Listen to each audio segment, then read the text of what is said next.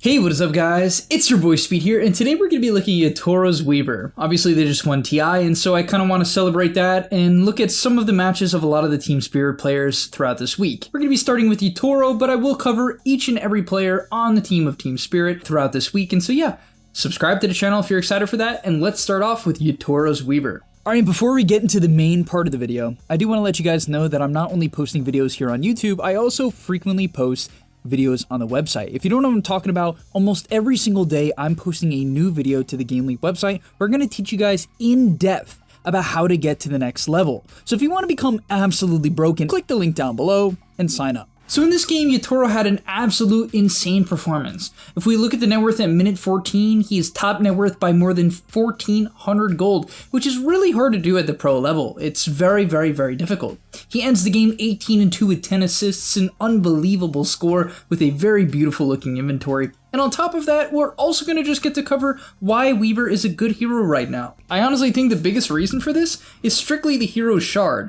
On top of that, they did just buff the hero. They strictly buffed the Gemini damage. They also buffed the Sakuchi damage. They also buffed the Swarm damage recently. So yeah, the hero has been buffed and buffed and buffed. And so yeah, it's a good hero. The shard is incredibly good.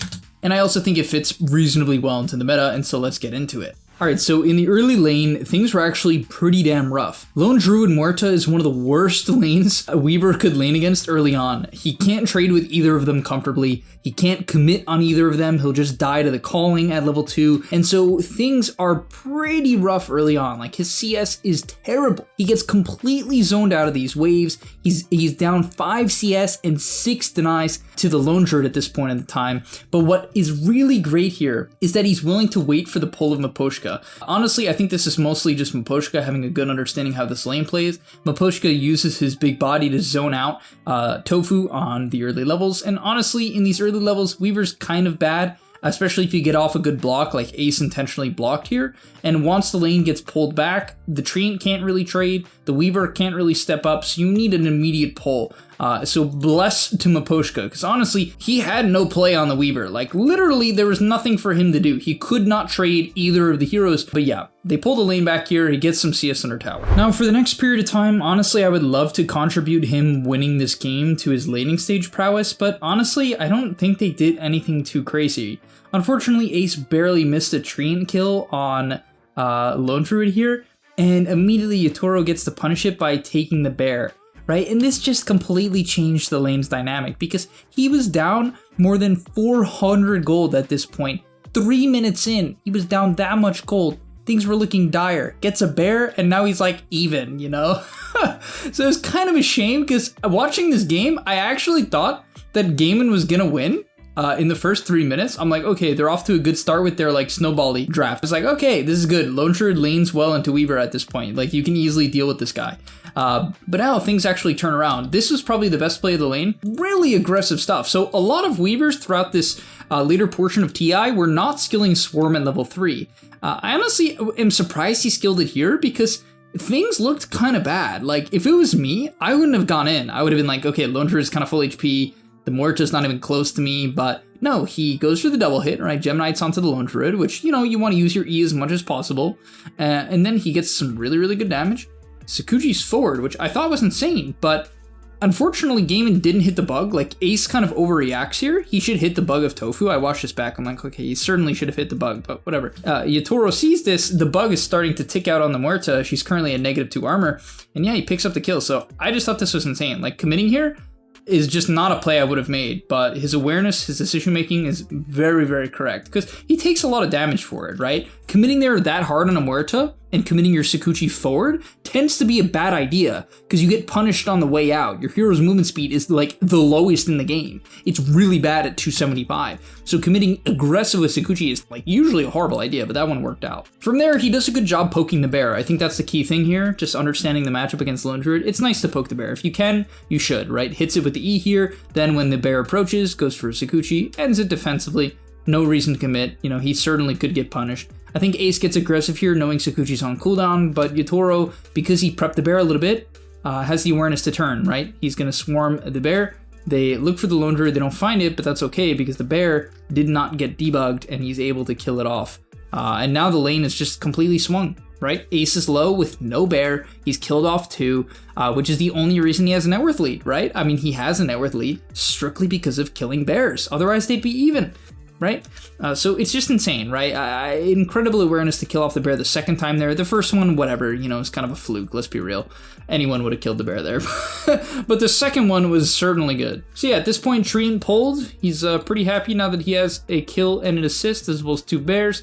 He queues up the treads, and typically when you're buying treads, you buy the components like this just so you hit really, really hard. Sometimes you could buy the boots if you're afraid of getting chased down by like some high mobility hero like a Monkey King or whatever who's going to chase you after your W ends, but for the most part, it's not what you're going to do. At this point, Weaver does not bully Lone Druid alone, at least not too effectively. I say that, but you know, this is why I honestly think this guy just wins. He does things that other people just won't expect. Like, to be fair, guys, I'm quite high MMR. Like, I'm 10.5k. You know, however, these plays that he makes are like plays to just go against my intuition, right? He goes in, I'm like, why would you go on this guy? You're not going to kill him, right? You're not going to kill him. Your team isn't even close, right? Your team's not even nearby, so they're not even going to be able to follow up the kill. And even if you get him low, he'll be able to heal up over time. But after he goes on Ace here, he goes on the bear and ends up getting the bear really low. This play was insane.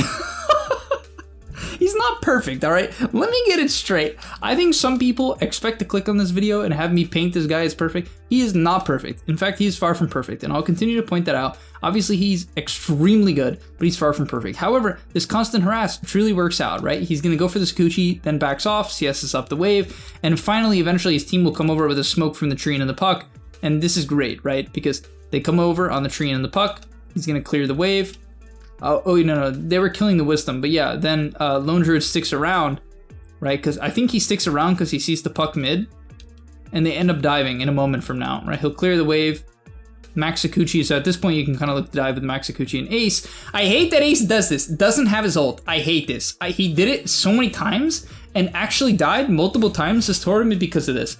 Obviously, I understand this is the best build for farming, but there's like no way he dies here if he skills ult. I'm pretty sure. 8 armor, 500 health is like an extremely high amount. I don't know, whatever. Once again, Yatoro, the beast, goes against my intuition. It's like, yeah, you don't have your ult. No way you have your ult, because they don't kill him here if he has ult. There's not a shot. They could kill the bear, maybe. They would not kill him, because Muerth is coming. Like, he doesn't even have... Oh, no, he does have time-lapse now. He used that earlier. But he would not kill Acer. There's no way. I mean, they could force TPs. Perhaps that's part of the idea. Like, worst case, they don't get the kill and they force TPs, because he probably can't die at this point in the game. They don't really have the heroes to do that as long as he has time-lapse up. But okay, he's going to continue to push in his lane, because that's how you farm in this hero. He does Sakuchi to the small camp and pulls, right? Clearly looking to get the lane back. This is so that you can farm lane creeps, as he's going to miss the CS on the camp, whatever, gets a neutral item, which is actually huge, right? Neutral items are, it's basically like getting, I would say, like a duelist glove is worth like 600 to 700 gold, I would say. Maybe even more, maybe like 800 gold, honestly. So it's really huge to get these neutral items ASAP. I think certain players I think most players just don't prioritize it enough. But yeah, they're going to go in. This is just a bad play from Ace. Good punish, right? Really nice TP from Laurel to capitalize on Ace stepping up here. And of course, it's going to be a very, very natural chase. Ends up not finding anything here, time-lapse off the silencer spells, and will continue to push in the top wave. What I really like about his gameplay here is that he goes Dragonlance, he goes Falcon Blade Dragonlance. I think when you have a good start, it's good to just stack small items as Weaver and battle, right? Just get the fighting items and go battle, right? And I love this TP. What I really like is how he executes it, right? I think it's very specific how he does this. So what he does is he's pushing in top, right? He's going to take a peek. Right here, he takes a peek. He's like, all right, you know, I'm kind of on my timing. My D-Lance is about to get here. He sees them roar the Pango. Now, roaring Pango doesn't mean that he should TP, because it's Pango. You're not just going to kill a Pango who's rolling from full HP, right? So no reason to TP yet. That guy's not going to die. But then he sees them continue to go. And now they've kind of reached the point of no return right here. He's like, okay, yep, you're too far. You can't easily disengage. Now I TP. Notice how he didn't TP when they started the dive. He TP'd once they are actually committed. At least when he feels that they are committed. And I believe his assessment was good, right? Ends up getting a huge bugs onto the Gyro and the Pango. They lose a ton of armor. They both snap the coil, and they end up going down. So beautifully done from Yatoro here. This is a perfectly timed TP. with the D-Lance and the Duelist Gloves, they easily clean up the Silencer, and they find Tofu as well, and he gets a nice little triple kill. Then he backpacks all of his stat items, pops his stick, which honestly, I was surprised he didn't upgrade to Wand. I feel like it's very reasonable to do that. Honestly, Wand is very good on Weaver. The hero has quite a bit of sustain issues, so I would not be afraid of doing that, guys. I think he just felt like it would clog his slots. I think that's why he doesn't. As I'm telling you, like this. Okay, whatever. Let's not even look at this play. He just kills himself here. I don't know. This one was like crazy. He's just diving the tower with no vision of Muerta, and Global Silence is like off cooldown. It was definitely nuts. So in this clip here, he pushes in top wave and connects to mid. I think because of his item build, this makes sense. You don't have to do this every game if you're going Deso and you're like halfway there. You could farm up your Deso, but with these items like Falcon into D-Lance, you want to show up, right? You kind of have items to battle. So they go in. He sees the enemy TPing, so he's not going to connect. Definitely makes sense to back off here. It's deep under the tower, so he's going to reset. Okay. You're going to kite around to the outside of the fight because you don't want to be in the middle of the enemy team, especially with no time lapse. You need to have patience. So he's kind of maneuvering around the outside of the fight here, waiting for someone to get isolated, waiting for the attention to go to one of his teammates, because with no ult, you can't tank the focus. Honestly, even with ult, most of the time you can't, if they have like silences and such. So he has to be careful, but sees the silence onto the Lone Druid, gonna hit. A little bit afraid of overcommitting here. You could tell because he was hitting and moving backwards. He was definitely afraid of getting stuck in the middle of the enemy team, but whatever. That ends up not happening.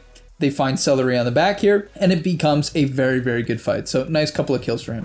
Now at this point, he's going to pick up his Deso and makes a good call. You can see he pings the Lone Druid here. I think it's good. Like, even in these pro games, these guys use pings, right? They're like, hey, look at this shit, you know? Come here, please, TP. And then eventually the tree and TPs. Takes him a bit. Maybe it was on cooldown. But the tree and TP's in, and they find the kill. What I really like here is that he ends his Sakuchi far away from the Lone Druid, right? Doesn't end it on top of him, and that prevents the Lone Druid from getting off his Savage Roar here, right? And you can even see moves in between attacks there, barely getting outside of the Savage Roar range, enabling him to finish off the kill. So kind of a small thing, but really clean there, right? Great kill execution to avoid the Savage Roar. So he's going to take the tower on the Deso so fast. Tower instantly dies. He's going to move over to the Ancients, pushing forward because he knows Lone Druid's dead and he saw a couple heroes who just went on his Tusk, so he feels comfortable to push up. This is just good awareness, right? Good general awareness. He's just going to kill off the camps here, queues up the Shard. They're going to take Roshan, which is very standard with Weaver, Tusk, Beastmaster. You have incredible Roshing potential. All you got to make sure is that the Swarm does not die to Rosh, and you will Rosh it very quickly. From there, they're going to smoke it up. A little smoke, pop a smoke. And even though this play here, so he's going to connect mid with the Aegis here, which makes sense, but he's got to be careful, right? They have Global, they have Muerta W. This is not a free Weaver game. Even though he has Aegis, if they just burn the Aegis instantly, that doesn't feel good for him, and maybe they even Global when he's respawning and he dies, or Muerta W, right? So he's got to be careful, and so as he commits, he's like, oh, this isn't good, Lone Druid's here. And he gets out, right? He slows down, he's like, all right, that was a bit too much, you know? That was a bit too much, and now with time-lapse on cooldown, he's going to use his Shard to start farming it up. If you don't know what the Shard does, whoever you Sakuchi gets hit by a Geminite attack, which is plus 65 damage, right? So these camps and these waves die way faster than they otherwise would. So all you got to do is Sakuchi through and then kill it off. Here, he's going to ping out the Gyro, which they do not end up finding. He gets blessed and they bump into the Lone Druid, which is a little bit fortunate, let's be real. That was not his intended target, but he gets the kill. And from there, with the Shard, it's very easy to clear waves. It's way faster than otherwise would be. And they're going to look to hit the portal, right? He showed top, and they think that showing top and hitting the portal to bot is a great way to catch the enemy off guard. They end up bumping into Quinn's Pango here, and yeah, it did catch Quinn off guard, right? For sure. Because Quinn did not react properly there. He was very slow to cast his spells, and that's just because he wasn't expecting enemy heroes. And that's one of the best ways to get kills in Dota right now, if the enemy is watching their map. If you're in the shit bracket and no one watches their map, then realistically showing top and killing bottom doesn't matter. You should just kill them bottom, because you don't have to show. They're not even paying attention. But if they are paying attention, it's good to show and then do it. Yeah, but he ends up almost finding Tofu here as they dive. I mean, this one was a bit crazy. Gets the time lapse off at the last second and is going to finish off the tower. So great way to maneuver the map from Yatoro there to kind of show top, catch him bottom. He's going to connect mid, use the Deso, try to clean up the tower with the help of the Beastmaster, invading their jungle here, invading the triangle, just because he feels very powerful, right? At this point in the game, he feels very, very strong with that Aegis. I think without Aegis, there's no way he does this. With Aegis, he can take this risk. And yeah, as I said, he's taking the risk. This is all Aegis-based, though, right? Without Aegis, no way you're making this play. But the enemy team, with Aegis, they don't want to global him. Maybe they should have, honestly, just keep him stuck here, but they didn't want to, so he's going to force out the ulti from Tofu. Ends up getting off the time lapse at a very good time, right? As he gets gone on and rooted by the Lone Druid and committed on by the Pango, so that was nice. And when you send out your bugs, you want to hit it onto many heroes as possible. Unfortunately, Gyro's very good against Weaver and can kill the bug while hitting your team, which kind of sucks here, but whatever. He's going to hit Ace from the outside of the fight because Sakuchi's on cooldown, right? He was global, so he had to wait, right? So just whatever, hit the closest target. He's got Grove Bow plus D-Lance, which I love this combo of items. The attack range on Weaver is a game changer because the hero's squishy. That's the problem with the hero. It's squishy, but it needs to be close. And so you can solve that by getting D-Lance and then really get help with Grove Bow. But yeah, from here, I don't know how he made this decision. This was kind of nuts. He's just like, yeah, I'm going to stand on the hill. I was kind of blown away because like maybe GG just gives up the tower. I guess they felt that they could defend, but he's just like, yeah, I'm gonna sit on the hill. I think you guys will walk up. And they did. I don't know why he had this assumption. I don't know why he sat here. Maybe he just thinks it's the closest position to the enemy team, but they instantly find a coil off of beautiful bugs onto multiple heroes, and obviously vision was provided by the Weaver, and here he just suicides forward with the Aegis because he knew it was a winning fight, kills off the Lone Druid, doesn't worry about finishing off the Muerta here, just instead shifts his focus to the Gyro, who, you know, he bugs forwards, and almost gets him. Oh, this was so close. Literal 1 HP. From there, he buys Crystallis and a BKB, which I kind of like, right, because he didn't need BKB during the Aegis, so you can get a little greedy and go Crystallis, but when the Aegis is out, he's like, yeah, okay, I kind of need BKB. They sort of have Homing Missile, and they sort of have Rolling Thunder, and like Global, and like, this is not that good of a Weaver game, so yeah, I should probably have a BKB. And so he's gonna go BKB, as once again, he pushes in the mid wave, gonna connect to his team. This was like the dirtiest overgrowth of all time. Mapochka, honestly, like 1v9 this game, no cat. But okay, I mean, nothing crazy to say here, right? This is just like the freest fight. Of course, you're gonna throw bugs, 3 heroes clumped up, hits a great bugs, finishes off the silencer, pops BKB on the roll, just gonna rip into the Lone Druid who's affected by the Midas armor. Nice roar into the Pango, definitely a counter matchup there in some regards. And yeah, easy fight. Now, as per usual, he's gonna get his Aegis, and at this point he should take the most dangerous farm on the map, which is gonna be the mid wave in the late game. So when you have Aegis, you should be cutting the mid wave in most situations. Obviously, unless you're trying to kill the side lane. He gets blessed here and finds a DD, buys a Scotty to counter out that Gyro a little bit. I don't think Scotty's a very good item nowadays because it doesn't work through BKB, so I think in most games it's kind of trash. But he kind of needs the mana pool, to be honest, and yeah, it's good against Gyro when the BKB ends. So the fights will be long, right? He's not going to die fast. They honestly don't have any answers to him now that he has BKB. But okay, they find the Lone Druid. He's got Enchanted Quiver, which is such a good item on this hero because it just allows you to get chip damage, right? It allows you to hit people from far away and poke them without having to commit your hero in, like having to all in, which is really nice. Sometimes I think Grove Bow is just straight up better, but this item on Weaver is definitely good. It works very well in tandem with the E as well, right? You can just kind of chuck out the E as he gets gone on here. Unfortunately, the Scotty, like Gyro's dead there if it's old Scotty. And then, oh my god, that actually killed the Gyro. That was insane. He ran forward with the quiver. The quiver difference right there. That was the quiver diff. That's the quiver diff. This is the quiver diff. Oh my god, that attack range. Oh, and yeah, that was, I mean, not exactly the end of the game, but things were getting pretty rough here for Gaming Gladiators. 25k deficit. You know, you hate to see a 25k deficit. Dota 2 is very hard from this far behind. And yeah, he just has to hit the building for max range. Just don't overcommit. Let the enemy run into you, hit the closest unit, you know. Just no need to complicate Dota at this point in the game. When you're this far ahead, just don't dive. Like, that's it. Make them go into you, and you'll probably win the game. Alright, Daedalus Weaver is honestly disgusting. Like, I played this hero today, it does some gross damage, especially at level 20 plus 25. You get the Geminite damage at 20, and then Geminite attack at 25. Even though Sakuchi cooldown's actually really good. Like, I was super tempted to... I think Sakuchi cooldown, like... I don't want to say it's definitely not better because of how the shard works, but I don't know. It's tough. Yeah, teamfight breaks out here and just... Pango just insta-dies. He just kills off a full HP bear. Gyro gets like 2 tapped. And oh my goodness. But alright, thank you guys so much for watching. Hopefully you enjoyed. I'll see you in the next one. Subscribe to the channel. Go check out the website if you like this type of content, as I'm making more videos about Team Spirit and other pro matches there as well. And I'll see you in the next one. Peace.